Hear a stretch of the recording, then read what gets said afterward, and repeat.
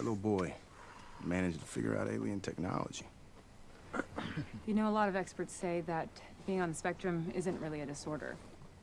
It's actually the next step in the evolution. Oh my god! Hey, would you believe me if I told you there's a movie that exists where an alien tries to steal a boy's autism? Yeah, that's what I thought. For a long time on this channel, a lot of you have suggested a movie called The Predator from 2018, distributed by 20th Century Fox and directed by Shane Black. I actually am a fan of the original 1987 Predator film and find it to be a pretty solid horror sci-fi movie. It's very much in the same vein as Alien, which obviously is also Fox. However, I had never seen this semi-reboot or sequel or whatever it is from 2018. But my curiosity was piqued when I was told by many people that this film had some particularly very bad autism representation, so I chose to check it out on my own to figure out what exactly was the deal with it. And now that I've finally seen it, boy oh boy do I see what y'all are talking about. This is very bad for a lot of different reasons. But not only does this film have some pretty awful autism representation in the form of this kid who is a focal point of the film, but it's also just not a very good film to begin with. This film is bogged down by numerous rewrites, extensive re-edits of the film itself, and some really awful dialogue too. There's honestly a lot to unpack here, so I hope you'll join me as we dive into why The Predator from 2018 is one of the worst autism representations I think I've ever seen. Also, I recently set up a Patreon where you can watch me react in full to most of the media that I cover here on the channel, including The Predator. You can actually go there right now and subscribe for just $1 to see me react in full to this insanely awful, terrible film. You remember a few years back when Hostess went bust? There was a run on Twinkies. What? Snapped up from coast to coast. Get them while they still last. Remember? What does this have to do with anything? How long before climate change renders this planet unlivable? What? Patrons also get to decide what I react to next, as well as YouTube members, so consider doing that to help out the channel if you'd like. But anyway, let's get into why this film is just so abysmal with its autism representation. To start, we should explain how this film became a thing to begin with. In June of 2014, 20th Century Fox announced they were doing yet another Predator sequel, having made the last Predator movie, Predators, back in 2010. It was also announced that Shane Black, who had previously directed Iron Man 3 for Disney and The Nice Guys for Warner Brothers Pictures, would be directing this new Predator sequel just called The Predator. It's also worth noting this is the last Predator film made before Fox was acquired by Disney in 2019. The film was cast with Boyd Holbrook as the lead, with also Olivia Munn, Keegan-Michael Key, Sterling K. Brown, Thomas Jane, and others filling out the rest of the cast. The film was shot from February to June 2017, but was actually reshot and cut quite a bit during July of 2018 following really disastrous test screenings, where people could not stop laughing at the movie, which is always a great sign for your science fiction horror film. The film follows US Army Ranger sniper Quinn McKenna and his team, who are attacked by a predator that just so happens to crash land on Earth. Quinn's entire team is killed and he only survives by incapacitating the predator itself and making a run for it. He ends up getting pieces of the predator's armor and actually sends that off to his family through a P.O. box. And it's because of this, his autistic son ends up getting his hands on the armor and somehow knows how to translate the alien's language just because he has autism. And right here, we already find a big issue that I personally have with this film, even though honestly there's a lot of issues with it overall. But one thing in particular is just the mind-boggling, absurd way it portrays autism. When we first see Quinn's son, he's a very shy kid who keeps to himself and is often bullied by people at school, since he gets overstimulated easily thanks to loud noises, which is true, to be fair. I often get overstimulated by loud noises myself, and that's often why I wear headphones, so that doesn't happen to me. So that part, I would say, is a trait of autism.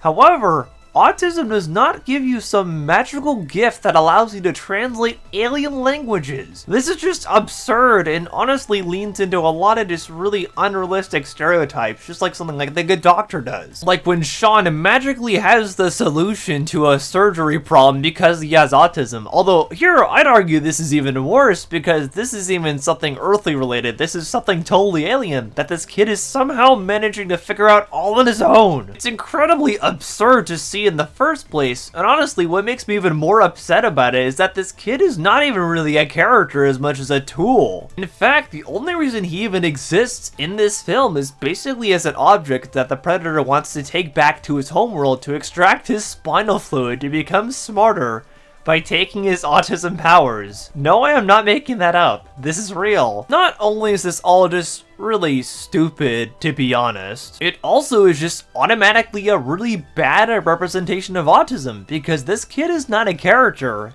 He is just an objective, or a plot point, basically, in this film that the characters need to protect from the alien because he wants to steal him for his spinal fluid, which again, is dumb. It almost feels uncannily similar to that Unbreakable Boy trailer that I reviewed recently, where the autistic kid isn't really a main character or a character at all. It's more just focusing on his family, which is actually the case here again. I don't understand why Hollywood just can't make autistic characters real characters, and the main characters are their actual stories. It's just really saddening to see movies like this continuously pumped out that have no real representation at all for autistic people like myself. But believe it or not, even with the honestly really gross autism portrayal that Fox put in this film, that isn't even the film's only flaw, not by a long shot. This film is packed with some of the worst dialogue I think I've ever heard in a blockbuster movie, which I ended up laughing through pretty much throughout the entire watch of this film. There were just so many terrible lines that were just hilarious to laugh at. So many pointlessly edgy lines that often don't even make any sense and feel like a 13-year-old wrote them. Hey, Baxley,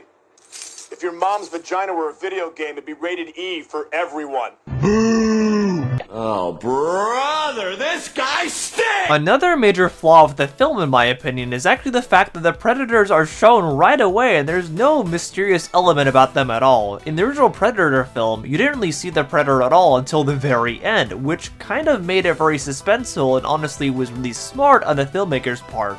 In this movie, however, you see them right away, which kind of defeats the point and honestly gives away the surprise. There's no suspense anymore. So it's a lot harder to find these guys scary now in this movie, and honestly, I was just kind of laughing at most of them, especially with their awful CGI. I think the other main big criticism I personally have from this film, apart from everything else I already listed, is the fact that even outside of the autistic kid, basically no character in this film is memorable in any way whatsoever.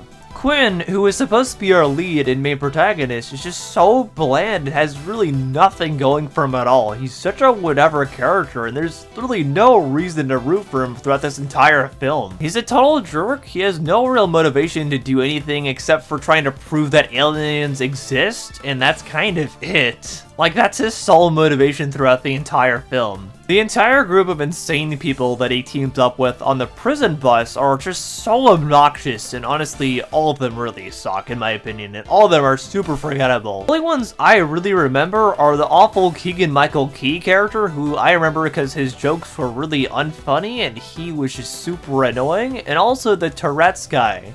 Yes, you heard that right. Not only do they have an awful portrayal of autism in this movie, they also have a really bad portrayal of Tourette's, which is played as a joke, which really isn't funny. So now this film is 0 for 2 on neurodivergent representations. Whoopee! Overall, while this film is obviously pretty terrible, I did have some fun laughing at it, mostly because of the terrible CGI and a lot of the really cringy lines and nonsensical writing the film had to offer. So for ironic watch, it is actually really good for that. If you get together with some friends and have a few beers, I think this film is perfect for that environment for sure. But apart from that, I can't really say I recommend it. Especially after watching this now and seeing the Unbreakable Boy trailer pretty much back to back, I really hope Hollywood learns to do better with autism portrayals, and probably most importantly, actually hires autistic actors for those parts. Especially with stuff like this, it would just make it so much better, and they should really do their research too. Fox, if you're listening, I hope if you do a movie like this again with an autistic rep, please do better than this. I really want to see better representation out there for sure. And with that, that's my last video of the year.